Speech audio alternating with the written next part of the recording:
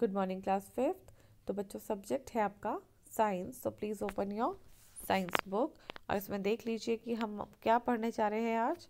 तो इसमें जो हमने लेसन पढ़ा अभी वो है हमारा lesson number 12, moon and eclipses. और इसमें हमने पढ़ा why does the moon shine, moon चांद में चमक क्यों है, चांद चमकता क्यों है।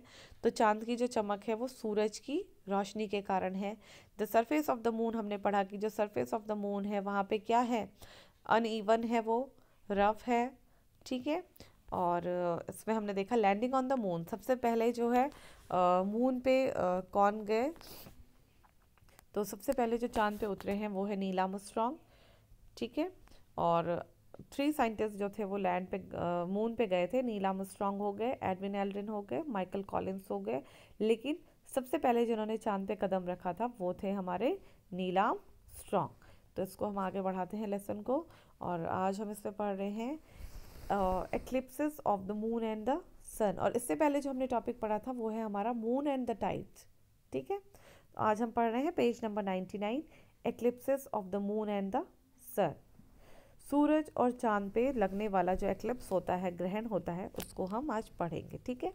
तो देखिए, we know that whenever light falls on an opaque object, we know that, ये हम लोग जानते हैं कि जब भी लाइट पड़ती है कौन से पार्ट पे, on an object, on an opaque object. Opaque object, opaque कहलाता है वो चीज़ जिससे कि एक साइड से दूसरी साइड दिखता नहीं है, अपारदर्शी से बोलते हैं, जिससे हम एक साइड से दूसरी साइड देख नहीं सकते, ठीक है।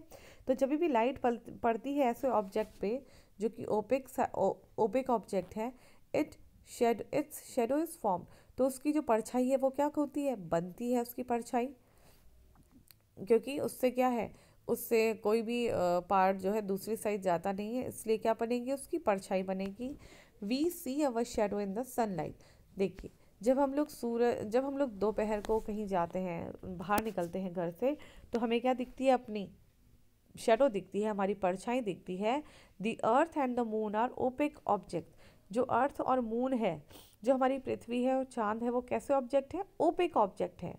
When the sun's light falls on the earth and the moon, जब सूरज की रोशनी पड़ती है हमारे अर्थ पे और मून पे, पृथ्वी पे और चांद पे, their shadows are formed। जब रोशनी पड़ती है सूरज की पृथ्वी के ऊपर और चांद के ऊपर, तो सूरज और चांद क्या है, ओपेक है, वो ट्रांसपेरेंट नहीं है। ओपेक होता है जिससे कोई भी रोशनी एक साइड से दूसरी साइड नहीं जाती है, ठीक है। देयर शेडोज आर फॉर्म, तो जब चांद और पृथ्वी पे रोशनी पड़ती है सूरज की, तो उनकी परछाई भी बनती है, जैसे हमारी परछाई बनती है, शेडो बनती है। And they play hide and seek, और इसको आप इस तरह से समझिए कि जैसे हम लोग छुपन छुपाई खेलते हैं, हाइड एंड सीक का गेम खेलते हैं, तो चांद और जो पृथ्वी है वो भी क्या करते हैं, हाइड एंड सीक का गेम खेलते हैं। We know that the moon revolves around the earth. हम सब जानते हैं कि जो चांद है वो किसके चारों ओर घूमता है, पृथ्वी के चारों ओर रिवॉल्व करता है, घूमता है। It takes about 29 days to go around the earth. और इसका चक्कर जो है एक पूरा कितने समय में होता है, 29 डेज लगते हैं चांद को पृथ्वी का एक चक्कर पूरा करने में। While moving around the earth, और इसी पृथ्वी के चारों ओर घूमते समय, the moon sometimes comes between the sun and the earth. और इसी प्रक्रिया में कभी क्या हो जाता है, जो मून है वो कहाँ आ जाता है, सूरज और पृथ्वी के बीच में। पृथ्वी का एक चक्कर जब चांद लगाता है, तो इसी रेवोल्यूशन के टाइम पे जो मून है वो बीच में आ जाता है सूरज और पृथ्वी के। When the three come in a straight line, और जब ये तीनों के तीनों एक लाइन में आ जाते हैं, एक समान रेखा में इनका आना हो जाता है, the moon cast is shadow on the earth. जब ये तीनों एक ही लाइन में आ जाते हैं, सूरज, चांद और पृथ्वी, तो क्या होता है, the moon cast is shadow on the earth. तो चांद अपनी क्या बनाता है, अपनी परछाई बनाता है, किसके ऊपर, पृथ्वी के ऊपर। चांद की परछाई बनती है, शेडो बनती है, और उसकी झलक जो है वो कहाँ आती है, पृथ्वी पे बनती है। The people in certain parts of the earth can not see the sun at all. और सी इट ओनली पार्शली। तो क्या होता है जब ऐसी वाली स्थिति आ जाती है, कंडीशन आ जाती है, तो कुछ पार्ट्स ऐसे हैं हमारे पृथ्वी के जहाँ के लोगों को क्या है, सूरज दिखाई नहीं देता है, can not see the sun at all, सूरज दिखता नहीं है, सी इट ओनली पार्शली, बहुत ही उसका एक मतलब पार्शली नज़र आता है, बहुत ही कम सूरज की जो किरण है वो नज़र आती है। ठीक है, आगे बढ़िए। ये देखिए आपको समझा रखा है यहाँ पे, ये अर्थ है, ये मून है और ये आपका सूरज है। तो तीनों देखिए एक लाइन पे आ गए। तो मून की जो एक शेडो है वो कहाँ पड़ रही है, अर्थ पे पड़ रही है, और इसने क्या कर दिया है, सूरज की रोशनी को ब्लॉक कर दिया है। देखिए, when the moon blocks the light of the sun, जब मून सूरज की रोशनी को ब्लॉक कर देता है, it is called solar eclipse. तो उसको क्या कहा जाता है, सोलर एक्लिप्स, मतलब सूर्य ग्रहण। ठीक है, जब चांद जो है सूरज की रोशनी को ब्लॉक कर देता है तो ये कहलाता है solar eclipse. When the moon completely hides the sun, और जब चांद जो है सूरज की रोशनी को बिल्कुल पूरी तरीके से हाइड कर देता है, छुपा देता है, it is called total solar eclipse. जो हमारी पृथ्वी है उसमें क्या हो जाता है, अंधेरा हो जाता है, सूरज की एक भी रोशनी हमें नज़र नहीं आती है। टोटल जो सोलर एक्लिप्स है वो हो जाता है, ऐसा लगता है जैसे कि क्या हो गई है, रात हो गई है, रात का समय हो जाता है। But when it partially hides the sun, लेकिन जब कभी कभी ये थोड़ा बहुत सूरज को ढकता है, it is called partial solar eclipse. तो उसको जब थोड़ी बहुत रोशनी दिखती है तो उसको कहा जाता है partial solar eclipse. At the time of eclipse, और इसी एक्लिप्स के दौरान, the sun, the moon and the earth are in a straight line. ये वो समय है जब अर्थ, मून और सन जो है एक लाइन में आते हैं, जैसे आप पिक्चर में देख रहे हैं, अर्थ, मून, सन, ये क्या है, सीधे एक लाइन में आए हुए हैं। Once the moon moves out of the line, और जब ऐसा होता है कि जो मून है वो इस लाइन से हटता है, the eclipse is over and we can see the sun again. और जब चांद धीरे धीरे अपनी इस वाली तीनों वाली लाइन से हटता है, स्ट्रेट लाइन से हटता है, वैसे धीरे धीरे करके पृथ्वी पर सूरज का उजाला फिर से होने लगता है। ठीक है, देखिए इसको आगे बढ़िए, 100 पेज पे ही हैं हम। You should not look at a solar eclipse with the naked eye. जब सोलर एक्लिप्स होता है, सूर्य ग्रहण होता है, तो हमें उस ग्रहण को हम लोग बहुत इंटरेस्ट लेते हैं इसमें, सभी पूरी जितने भी लोग हैं बहुत ज़्यादा इंटरेस्ट लेते हैं।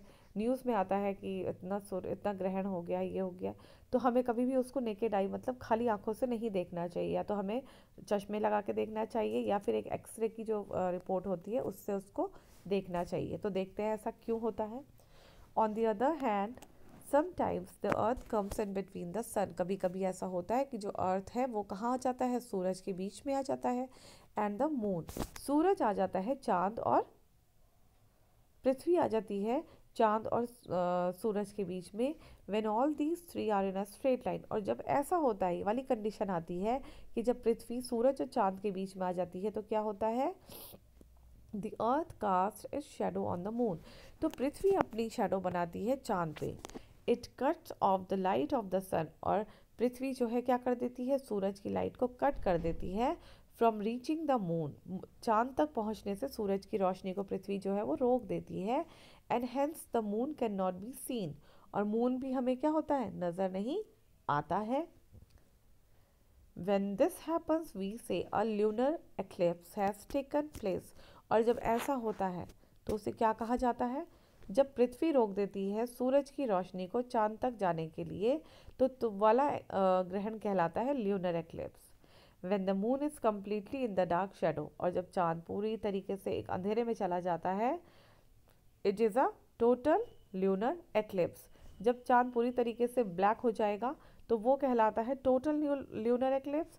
When the moon is only partially hidden by the dark shadow of the earth, और जब चांद जो है पृथ्वी से मतलब थोड़ा बहुत ही ढकता है, ठीक है, तो it is a partial lunar eclipse, तो वो कहलाता है पार्शियल ल्यूनर एक्लिप्स।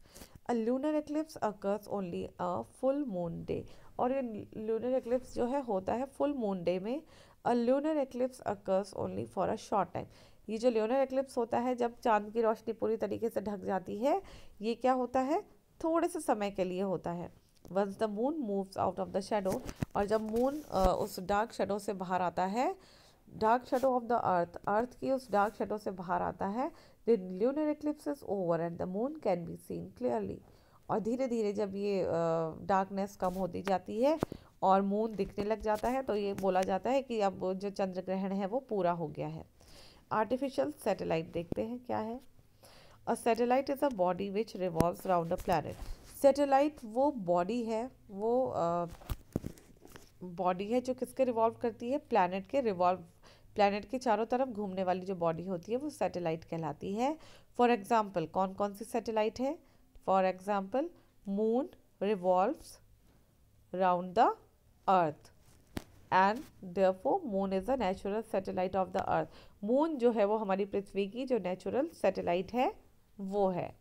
ठीक है, तो अभी इससे मैं सिर्फ यही तक ही कर रही हूँ, इसके बाद हम इसको कंटिन्यू करेंगे, इसको हम फिनिश कर देंगे नेक्स्ट वीडियो में। ठीक है, लेकिन अभी आपका काम है इसको एक बार रिवाइज करना, दोबारा से इसको पढ़ना। ठीक।